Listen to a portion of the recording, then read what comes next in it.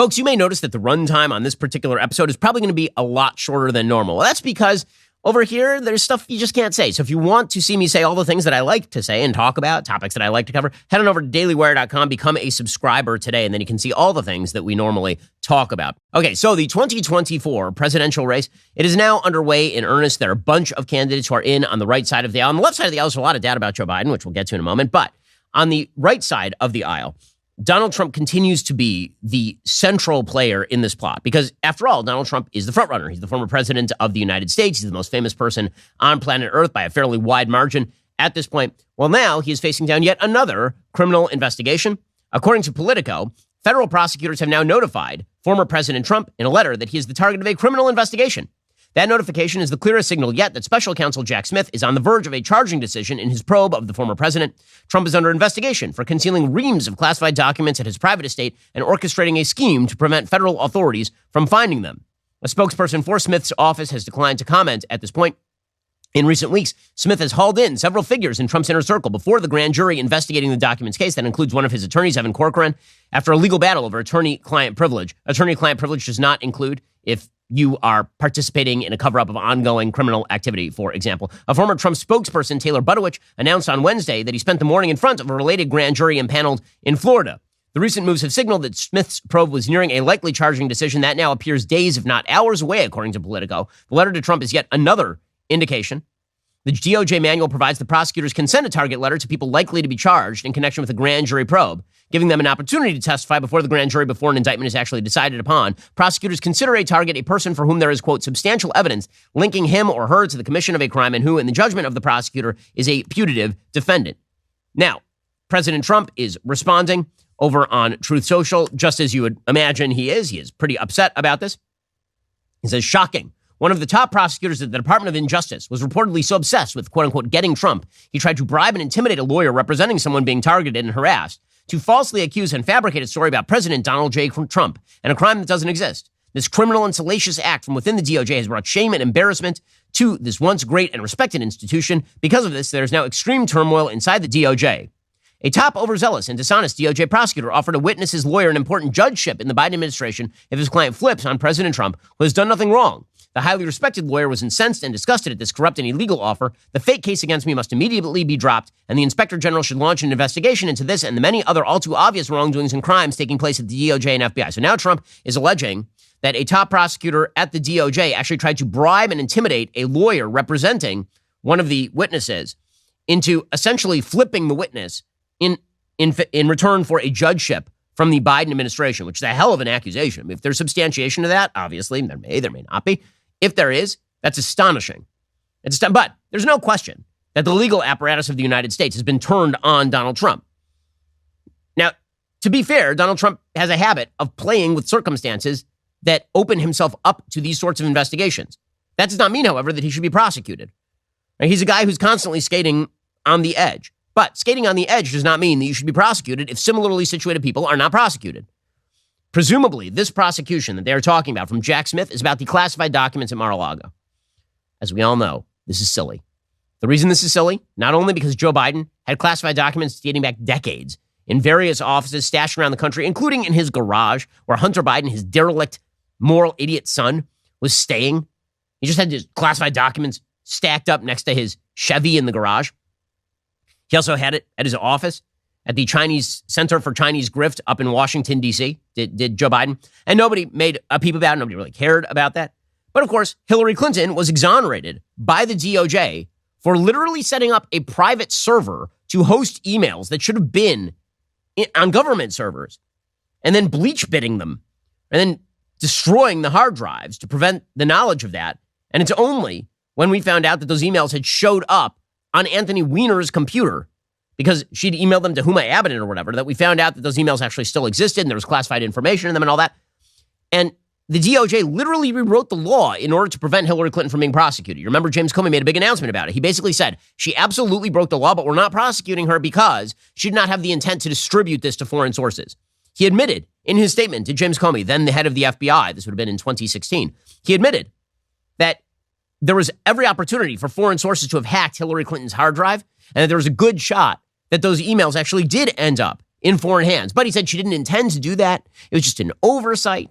It was just a mistake. She meant to keep them protected. Therefore, we're not going to prosecute her because similarly situated people aren't prosecuted. Well, is there any evidence that Donald Trump meant to take these documents home to Mar-a-Lago and then hand them off to Vladimir Putin under cover of darkness? You remember, those were all the rumors at the time. The rumors at the time when this broke was that he was selling off our nuclear codes to the Chinese or some such nonsense. And it turns out that was all crap.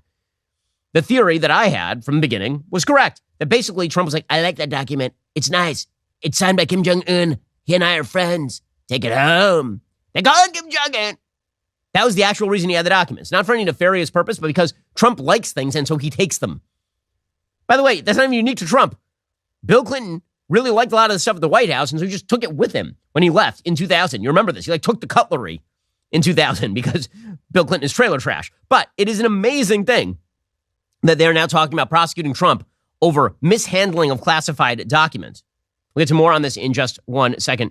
First, the CEO of Innovation Refunds and GetRefunds.com has been on TV explaining how they've helped so many small businesses with their ERC tax refunds. They've completed thousands of returns for different kinds of businesses, including over $700 million for construction companies, over $200 million in restaurants, bars, and hotels. Innovation Refunds has hundreds of 5-star Trustpilot and Google reviews and is certified with the Better Business Bureau. In just 8 minutes, you can easily start the process on GetRefunds.com. You could be on your way to receiving up to $26,000 per employee. The ERC tax credit's not a loan. It's a refund of your already paid taxes designed to let the business owner direct the refund money into anything the business needs to grow. It's money you can use to improve your business however you see fit. Head on over to GetRefunds.com to get that process started. There's no upfront charge. They're not going to get paid unless you get paid, so you have nothing to lose. Innovation Refunds has already helped clients claim over $5 billion in payroll tax refunds through the ERC. They might be able to help your business as well. Head on over to GetRefunds.com or download the app from the App Store today. Again, that is GetRefunds.com today. GetRefunds.com today. If you paid too much money to the federal government, you get some of that money back. Why exactly wouldn't you do that? Head on over to GetRefunds.com today and get started. So Trump says, wow, this is turning out to be the greatest and most vicious incident of election interference in the history of our country. And again, 2015, 2016, there's a very good case that that was, in fact, the most vicious instance of election interference in the history of the country. According to the Inspector General's report on the DOJ and the Steele dossier, essentially, the Hillary Clinton campaign was laundering a bunch of false information via the CIA and the FBI into the press. And they were initiating investigations on the basis of just garbage that had been put together by the Hillary Clinton campaign, and the FBI knew it, and they went ahead with it anyway. Is this the most vicious instance of election interference? Well, I mean, certainly it's election interference. Now, Trump can't stop himself. He says, remember, I'm leading to sanctimonious, big in the polls, but more importantly, I'm leading Biden by a lot. Also, and perhaps most importantly, they are launching all of the many fake investigations against me right smack in the middle of my campaign, something which is unheard of and not supposed to happen. DOJ, FBI, New York AG, New York DA, Atlanta DA, fascists all. So again, there are multiple investigations into Trump that are happening right now. There's obviously the New York ridiculous DA investigation into whether he paid off Stormy Daniels with campaign funds, and it's a bunch of crap, and everybody knows it's a bunch of crap, including the left-wing press, which has said that it's a real stretch for Alvin Bragg in Manhattan. There's the ongoing case in Atlanta, which is investigating whether Trump was involved in illegal election interference, whether he actually was calling up members of the Georgia Secretary of State's office and telling them to commit voter fraud, or whether he was just like, there was voter fraud, go find me the number of votes that I need, because we know there is voter fraud. There's a difference between those two things, obviously. And then you have the classified documents case. You have at least 3 ongoing cases right now against President Trump. He did last night tweet out, no one has told me I'm being indicted. I shouldn't be because I've done nothing wrong. I've assumed for years I'm a target of weaponized DOJ and FBI, starting with the Russia hoax, the no collusion Mueller report, impeachment hoax 1, impeachment hoax 2, the perfect Ukraine phone call, and various other scams and witch hunts, a travesty of justice and election interference at a level never seen before. Republicans in Congress must make this their number one issue. And Trump's campaign is predicated on making him the number one issue and his targeting the number one issue. In fact, Trump's campaign put out an ad, and the ad was entirely about how much he is targeted by the left. Here's a question for you. Just how far are the radical left and inside the Beltway bandits willing to go to stop him? We all know they hate him for winning the fight to protect life, for exposing their deep state, for draining their precious swamp. And they already know he'll crush Biden. So like a pack of rabid wolves, they attack. So let's impeach him. Let's get tainted radical left prosecutors to charge him. Let's conspire with Hillary and the FBI with fake stories about him. all to distract from Biden's incompetence, weakness, and money-grabbing corruption. But here's the thing. He'll never blink. That's called having the courage of your convictions. And it's why he's our president. I'm Donald J. Trump, and I approve this message. I like the moving tie in the last image right there. Here's the thing. Trump's campaign, so he's not wrong that he's being targeted. Obviously, he is being targeted. Unless you're going to prosecute Hillary Clinton and Joe Biden for the same exact crime on this classified document stuff, then it's obviously a scam, an attempt to go after Trump because you want to go after Trump. That's clearly what's happening here. The question for Republicans is going to be, do you want this to be the center of the campaign? I understand the sort of emotional draw of this. They're targeting Trump. The only way to stand up in Trump's defense is to make him the nominee, and then he will bring the hammer. He will win re-election on the basis of the unfair targeting of him. I just have a question. Is that really what's going to happen? Is that what's most likely to happen? If the campaign is run on the basis of, is Donald Trump corrupt or is Donald Trump not corrupt? Should Donald Trump be indicted or should Donald Trump be not indicted? Who's going to get away with us not noticing him again?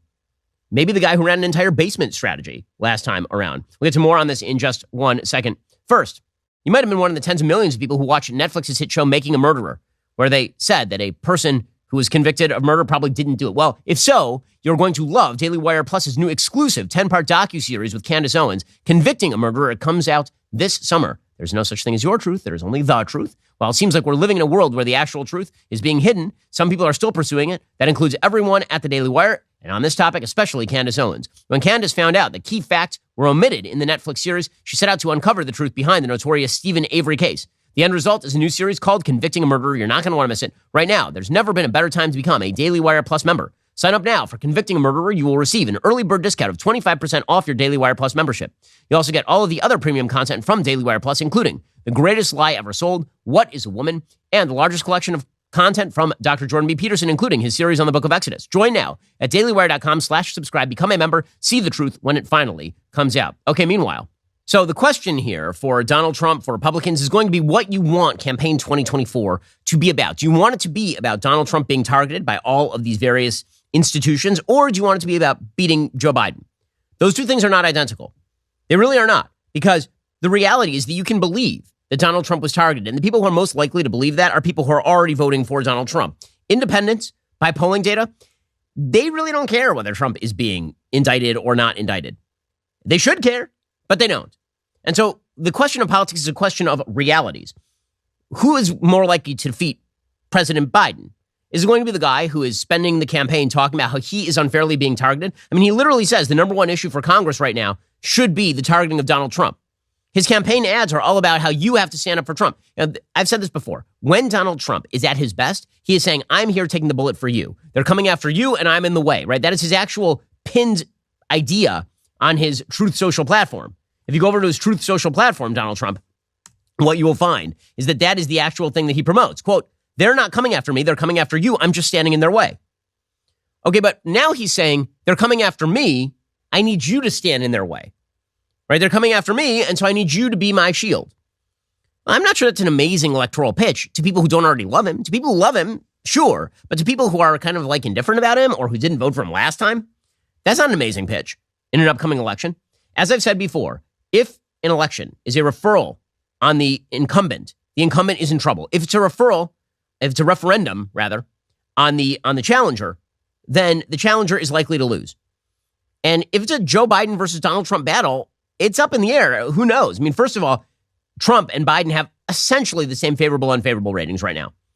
538 does an average of all of the various favorable, unfavorable polls. And what they find is that right now, Trump is about 14 points underwater. His favorability is at 41%. His unfavorables are at 54.6%. Joe Biden, his favorables are at 41%. His disapproves at 54.8%. So they're basically identical. Trump is underwater by 13.6 and Biden's underwater by 13.8. But the question is, when faced up against each other, how does that stack up? That's worth noting at this point that Ron DeSantis, according to these same polls, is underwater by about 9 points. But unlike Biden and unlike Trump, both of whom the American public have decided about, Ron DeSantis, who is the nearest competitor for the Republican nomination, he's underwater by 9 points, but his favorables are at 37 and his unfavorables are at 46. which when you add all of that up, you may notice that's the low 80s. There's still like 17% of the public that has not decided what to think about Ron DeSantis. That 17% of the public is what decides elections. That 17% of the public is what decided the election in 2016 for President Trump. Undecided voters on the last day of the election broke 2-1 for Trump in 2016. In 2020, undecided voters the day of the election broke 2-1 for Joe Biden. And that was the entirety of the election. That meant the election. Right now, by the way, the Trump versus Biden polling is really pretty dead even. It's certainly within margin of error. It's the latest polls. Economist YouGov has Biden up 3 on Trump. Quinnipiac has Biden up 2 on Trump.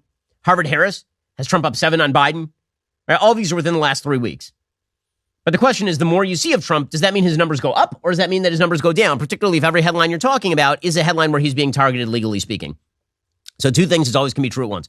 He should not be targeted. He is being targeted. That's obviously happening.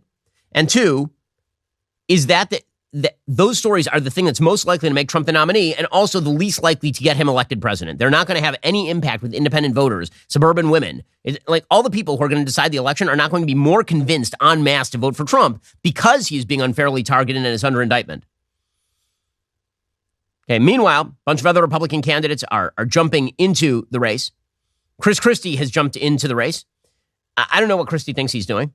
Presumably he thinks, I'm brash and I'm going to take it to Trump and all this. But here's the thing. He blew out his credibility long ago. You remember in 2012, he was the Republican National Convention speaker before Mitt Romney. He spent 20 minutes patting himself on the back, the round mound of rebound.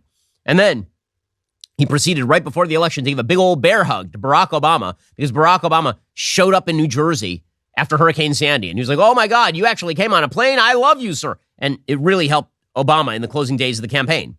And then you recall that he took out Marco Rubio in the primaries in one of the nation's most prominent acts of political murder-suicide. And then he proceeded to join Trump's campaign. And then Trump proceeded to boss him around. And now he's back and he's like, I am brash and I will say the truth. Will you, though? I have doubts. So Christie, he was asked by Jake Tapper, why are you going to do better this time? Because you didn't do all that great last time around. He's like, well, this time I can actually attack his record. What is going to make this year different? Well, the whole atmosphere is different, Jake. You know, in 2015 and 16, when we ran the first time, you had a situation where Donald Trump had no record to speak of.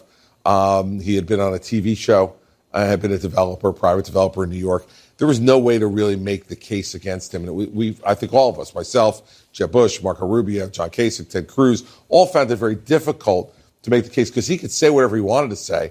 There was no proof point to prove that he couldn't do it. We know he said he would build a wall across the entire border of Mexico. He didn't do it. About a quarter of the wall is built. He said Mexico would pay for it. We haven't gotten our first peso. And we know a lot of other things. Said he was going to repeal and replace Obamacare. He had a Republican Congress for 2 years. Didn't get it done. Said he was going to balance the budget in 4 years. Left with the greatest deficit of any president in modern history. Said he was going to get rid of the national debt in 8 years and left it trillions higher than when he walked in the door in just 4 years. So all those critiques are right by Christie. Just nobody wants to hear him from Christie.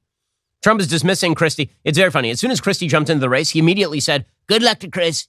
He's gonna eat DeSantis' lunch and all the other lunches. And then Christie criticized Trump, and immediately he went from, welcome to the race, he's going to eat DeSantis' lunch to, you're fat. That took 1 second. So Trump put this out on Truth Social. And it was about our country and its future. This is a video of Christie and talking, and they added in a hand carrying a giant plate of food in front of a buffet. We're going to be small, or are we going to be big? Yeah, seventh grade campaigning, man. It's a party. Meanwhile, Mike Pence also has jumped in. I mean, speaking of quixotic campaigns, there are a lot of people who are running for president, as with everyone. I mean, they're like the actual governor of North Dakota. You've never heard of him? I don't even know his name. You don't know his name either. He jumped into the race also, which didn't even make a ripple. It was like an Olympic diver doing like a swan dive into a pool. No ripples at all. No one even knows his name or why he's doing that. Mike Pence jumped in as well. We'll get to that in just a moment. First, we say a lot of controversial things on the show. Some advertisers shy away from that. Pure Talk does not. Pure Talk stands behind this show, and so we stand behind them. I'm proud to stand behind Pure Talk because they make it possible for me to get up here and bring you facts, logic, and truth every single day. They share our values, the values of me, of Matt Walsh, Michael Knowles, Candace Owens, the rest of the Daily Wire hosts. That's why we made them the official wireless partner of the Daily Wire. But that's not the only reason. We check the coverage as premium. Pure Talk is the most dependable 5G network in the United States. I use it myself. Mix and match your plan is to fit every person in your family. Choose from talk, text, and 5G data for just $20 a month, all the way up to unlimited data with mobile hotspot for $55 a month. Remember, you do vote with how you spend your money these days. Stop supporting woke wireless companies that actually hate your guts. Switch on over to Pure Talk today. Go to puretalk.com/Shapiro. Save an additional 50% off your very first month of coverage. That's puretalk.com/Shapiro. Pure Talk is wireless for Americans by Americans. I use Pure Talk for all my business calls. They have the same 5G networks as one of the big guys, which means that the coverage is excellent. And again, you're then giving your money to a company that actually doesn't hate your guts. Head on over to puretalk.com/Shapiro. Save an additional 50% off your very first month of coverage. Pence's pitch is basically that he is the strongest constitutional conservative in the race. He says that our crises are man-made by Joe Biden. I know we can bring this country back. We can defend our nation and secure our border. We can revive our economy and put our nation back on a path to a balanced federal budget. We can defend our liberties and give America a new beginning for life. But it'll require new leadership in the White House and the Republican Party. The crises we face, to borrow a phrase, are all man-made. And that man is Joe Biden. So Pence is aiming his fire at Biden. The problem for Pence is that he's never going to escape the fact that he and Trump were at loggerheads while he was the vice president because he refused to overturn the election. Now, I said from the beginning that Pence had no legal right to overturn the election. It was absurd of Trump to suggest that he did. It was a ridiculous legal theory that had no grounding in the Constitution, the law, or the facts. Pence says that, but is that going to help him in a primary? I have doubts. My former running mate continues to insist that I had the right to overturn the election. But President Trump was wrong then, and he's wrong now. I will always believe, by God's grace, I did my duty that day. I kept my oath to ensure the peaceful transfer of power under the Constitution of the United States of America. Let me say from my heart, I understand the disappointment that many still feel about the outcome of the 2020 election. I can relate. I was on the ballot. But I had no right to overturn the election. And Kamala Harris will have no right to overturn the election when we beat them in 2024. So, does Pence have a shot in the election? I think not. But, again, he may be a stalking horse for Trump to attack. Meanwhile, Ron DeSantis is in a knockdown, drag-out fight with the governor of California, Gavin Newsom, again, on an issue. And so this is going to be the question for Republicans voting in the primaries. Do you want to have fights over the issues, or do you want to have fights over, like whether people hate the Republican candidate? Because it turns out that people really, really hate Republican candidates, generally speaking, in the media. So Ron DeSantis went down to the southern border for a visit, which is a smart political move because, of course, immigration is a massive national issue, and it has affected the state of Florida. And, of course, he's gotten involved in that issue by asking these migrants where they wish to go and then sending them to places like Martha's Vineyard, where the left declares sanctuary cities in the expectation that no one will ever arrive. Then when people arrive, the left's like, no, get them out of here. That's happened in California as well. Florida's been sending illegal immigrants to California, where Gavin Newsom declared a sanctuary city. Everyone is welcome here, but not you. Get out. So Governor DeSantis was asked about that.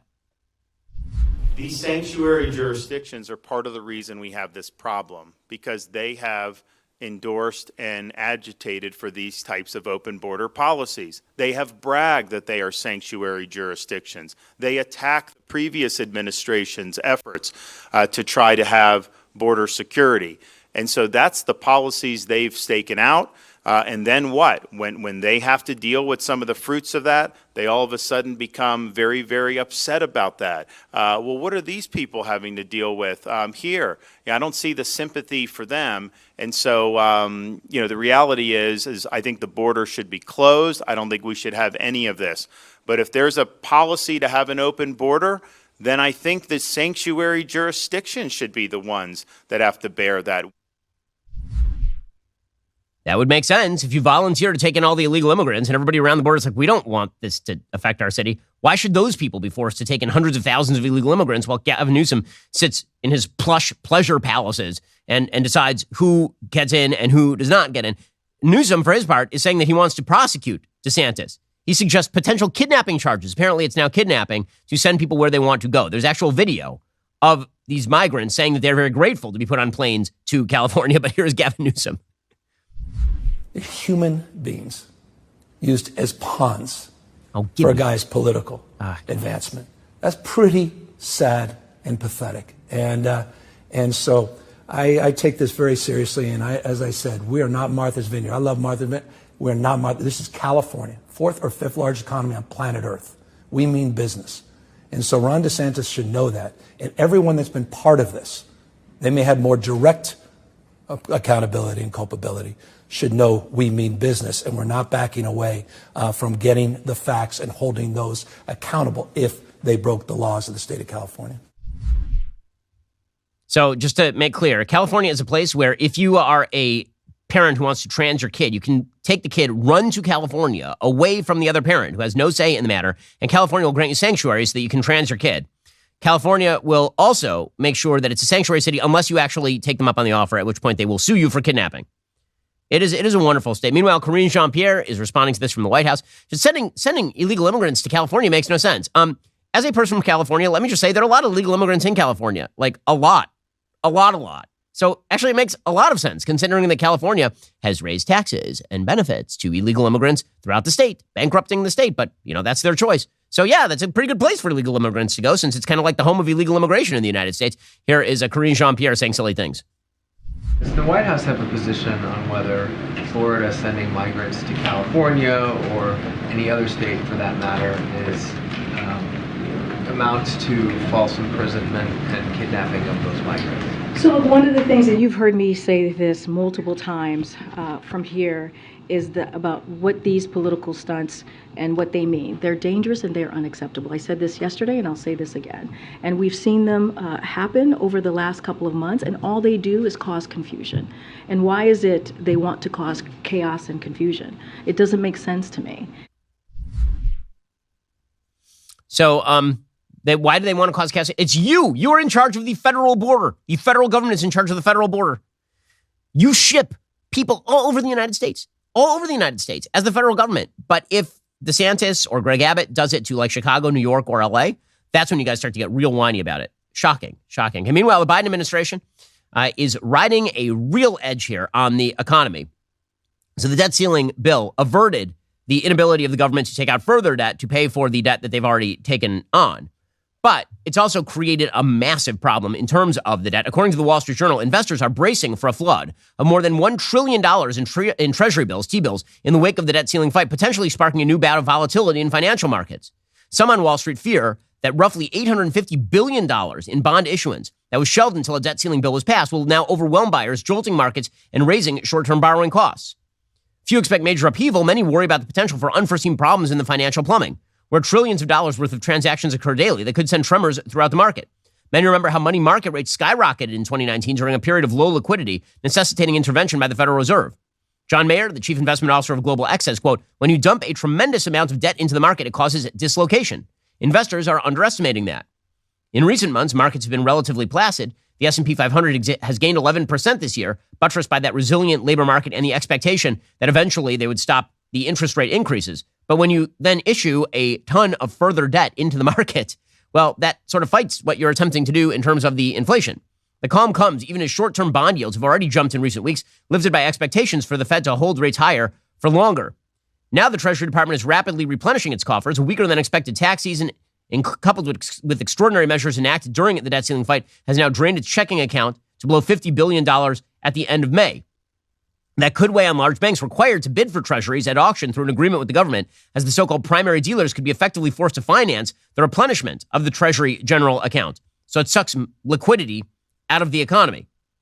So that's a serious problem in a time when everybody's already worried about liquidity being sucked out of the economy. So we could be looking at economic stagnation in the very near future, even as inflation comes down.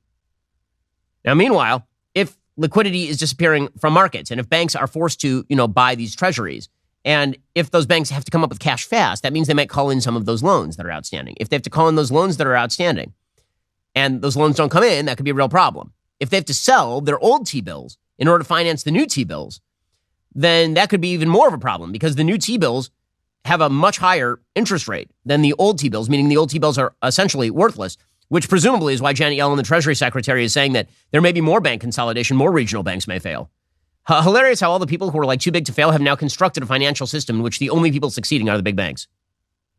Would you be supportive of more consolidation in the banking business? I ask in part because on the other side, of the administration. I think the Department of Justice and the FTC in particular have been very aggressive about trying to prevent transactions, not necessarily in the banking space, but given how outspoken you have been and the issues that may be unique in particular to the banking business.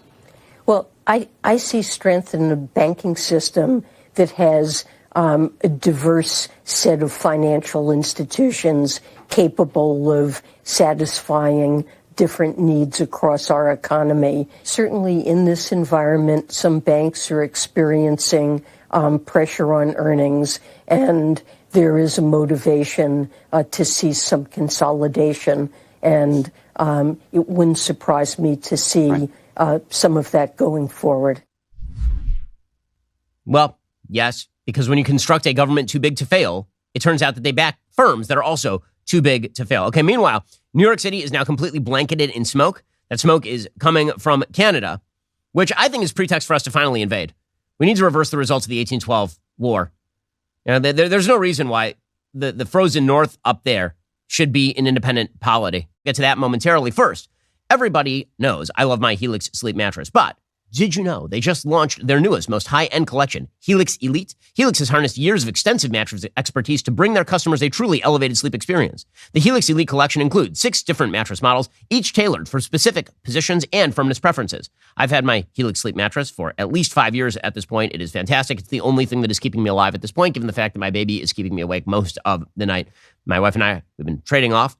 We are both very sleep deprived, but that mattress is basically what is keeping us going at this point. Why? Because Helix makes a personalized mattress that allows you your best night's sleep. Helix has a sleep quiz. It matches your body type and sleep preferences to the perfect mattress for you. Because why would you buy a mattress made for somebody else? I took that Helix quiz. I was matched with a firm but breathable mattress. Go to helixsleep.com/Ben. Take that 2-minute sleep quiz yourself. Find the perfect mattress for your body and sleep type.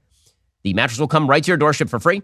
Head on over. For a limited time, Helix is offering up to 20% off all mattress orders and 2 free pillows for our listeners. It's their best offer yet. Hurry on over to helixsleep.com/Ben. With Helix, better sleep starts right now. Okay, so Justin Trudeau, handsome Bernie Sanders, and definitely not Fidel Castro's son. He's exactly not Fidel Castro's son. He's been doing a crappy job up there. They'll greet us as liberators.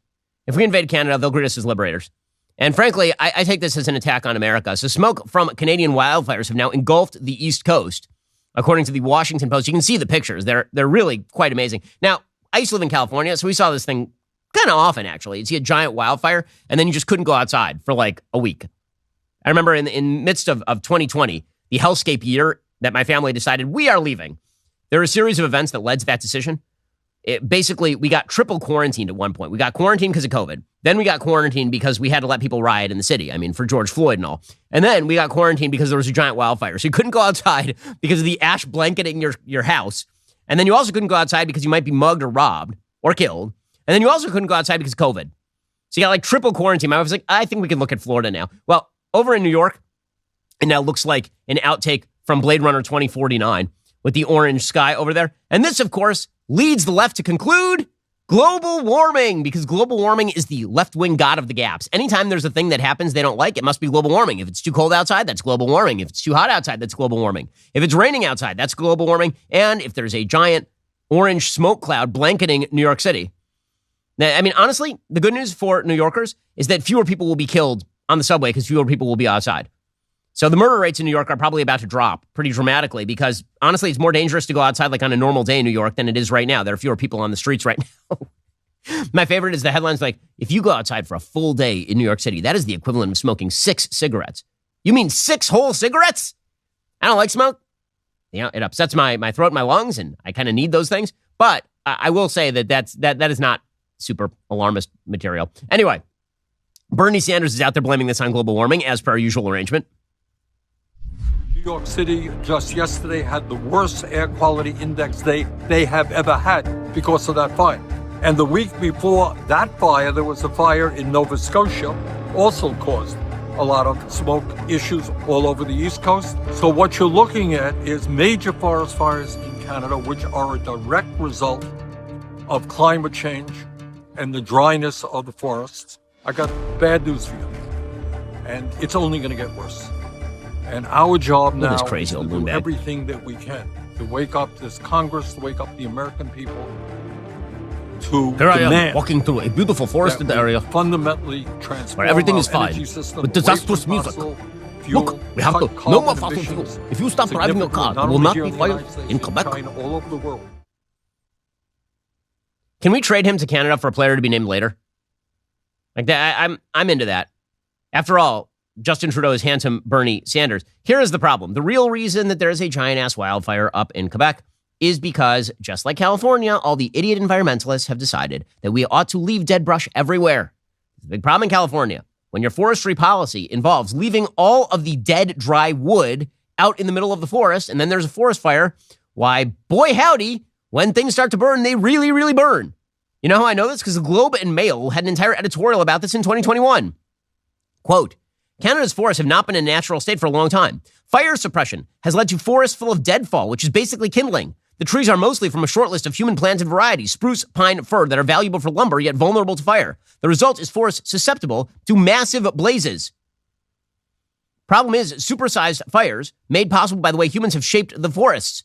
Only a very few large fires are to blame for almost all the forest burned in North America. So we actually have had fewer fires, actually, over the course of the years. It's just they're really, really big. Why? Because our forestry policy has been to leave a bunch of dead wood out there. Genius level stuff from the Canadians, but it must be global warming. Anything bad happens, it is global warming. Oh, yeah. Well, again, at least we can now fulfill our actual Western push. It's time for Manifest Destiny to take its final form.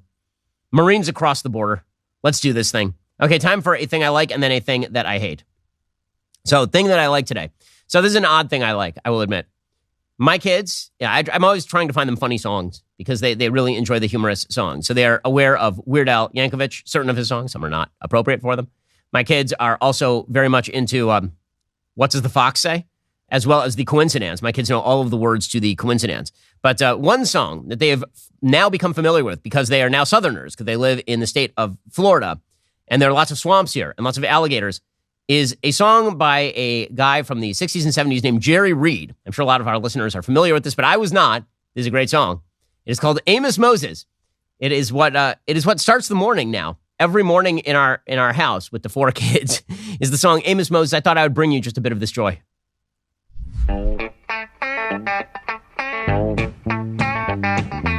Yeah, here comes Amos.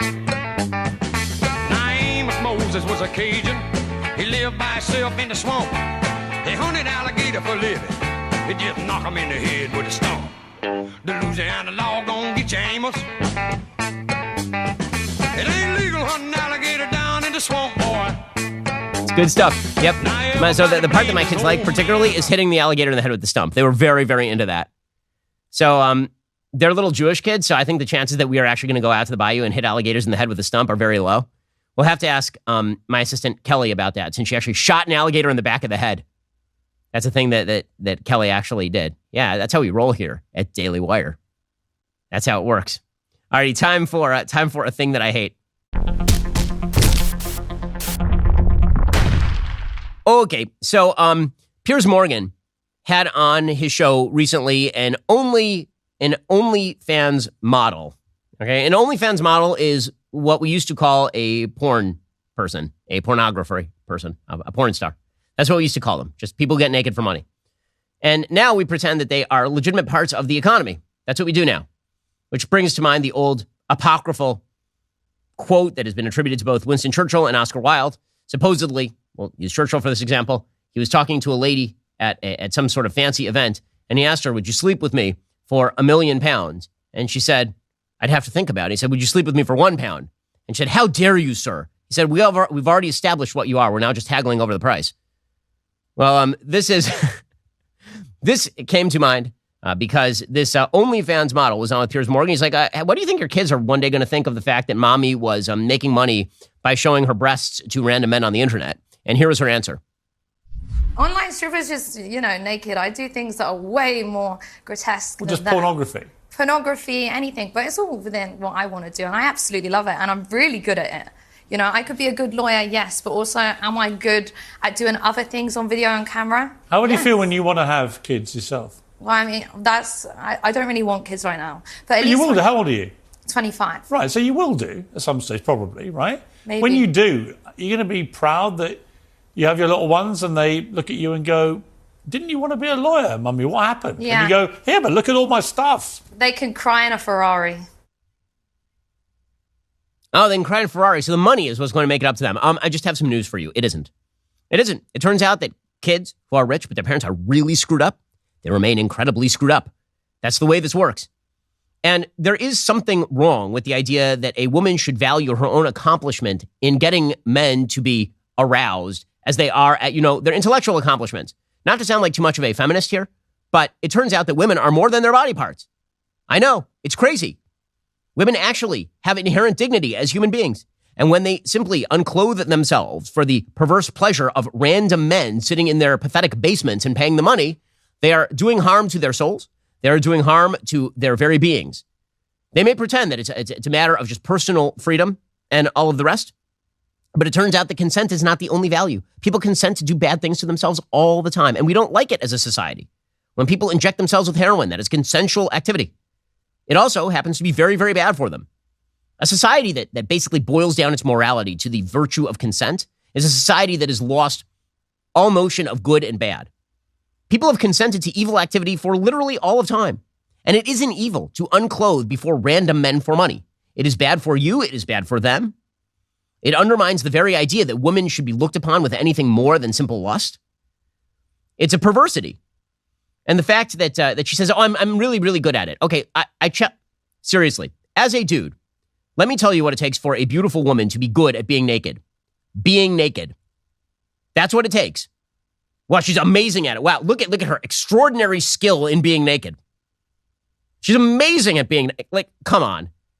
Yeah, I'm not a fan of the comedian Amy Schumer because, frankly, she hasn't been funny for a very long time. But she did have a line at one point that I think was accurate and speaks to this. She said, the difference between girls and guys? A guy goes to the bar and he's lucky if he can pick up a girl. She says, I'm overweight. I don't look amazing right now, but I can, this is her phrase, catch a dick anytime I want to, right? That was Amy Schumer's phrase. And let me just be realistic about this. That is absolutely true. If you're a half-decent looking woman, the idea that you cannot find a man to have sex with you is absurd because the differences between the male sexual instinct and the female sexual instinct are incredibly large. Okay, those are very significant differences. As I've said before, when it comes to sex, women need a reason. Men just need a time and a place. So the notion that she is somehow freeing herself. Now, maybe it gives her a sense of control over these men. Maybe it gives her a sense that she has more power in the universe. But that power belongs to pretty much any woman. It's just that she is the only person who is willing to subject herself to vile gazes in order to make money, which is a bad thing to do. It makes you a not particularly good person. So when people say things like sex work is work, well, I'm sure it is. I'm sure it's the worst kind of work in the most derogatory sense of work.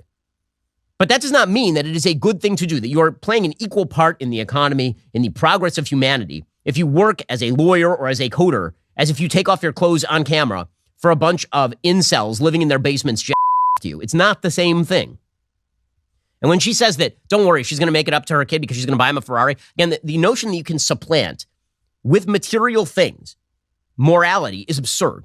And it's a mistake that our entire culture is making right now. In fact, there was a study from the Wall Street Journal fairly recently, we talked about on the show, looking at what Americans now think about being American, what they think is important. Things like parenthood are in steep decline. It used to be that a huge percentage of Americans said that one of the most important things about being a good person and being a good American was having kids and having a family and getting married. And now the thing they think about the most is material well-being, meaning earning, how much money I make. Well, there's nothing wrong with thinking about how much money you make when that is in service to a higher goal. Money is instrumental. But we have now come to the point, I think, in Western civilization where money, because morality is no longer an object, because we've dispensed with the ideas of good and bad, we've now decided that money is no longer instrumental. Money is a measurement of are you good or bad as a person. It's like an objective. It's like a video game. The more money you have in the bank, the more Ferraris you can buy your kids. It no longer matters whether you are being a prostitute on camera. What really matters is that you can buy the Ferrari for your kid. Materialism has become its own goal. The money, which used to be good for, buying things for your kids because within the context of a strong family structure, or getting a nice house so that you can have more kids, or giving a lot of charity, or building businesses to hire people. money as an instrumental, useful thing. That has been transformed into money as a thing of inherent value. And once money becomes a thing of inherent value, then it does become an immoral thing. If you treat money as though it has inherent value, it makes you a better person to have money. The money itself makes you a better person. Or the money itself justifies whatever immoral activity you wish to perform. It's about that the Bible speaks when it talks about the dangers of wealth. Wealth itself is not actually inherently dangerous. In fact, the vast majority of prophets in the Bible were wealthy people. A lot of them were very, very wealthy people. The question is how that wealth is used. What is the wealth for? Is it dedicated to a higher goal or is it not dedicated to a higher goal? And if the answer is it's not dedicated to a higher goal, that's how you buy off your kids when they find a picture of you naked online. Good luck to you and good luck to your kids. Alrighty, guys, the rest of the show is continuing right now. You're not going to want to miss it. Matt Walsh just broke a massive story. His producer was able to obtain a referral for a testicle removal in 22 minutes by talking to one of these trans medicine factories. Matt's going to join the show momentarily. If you're not a member, become a member. Use code Shapiro. Check out for 2 months free on all annual plans. Click the link in the description and join us.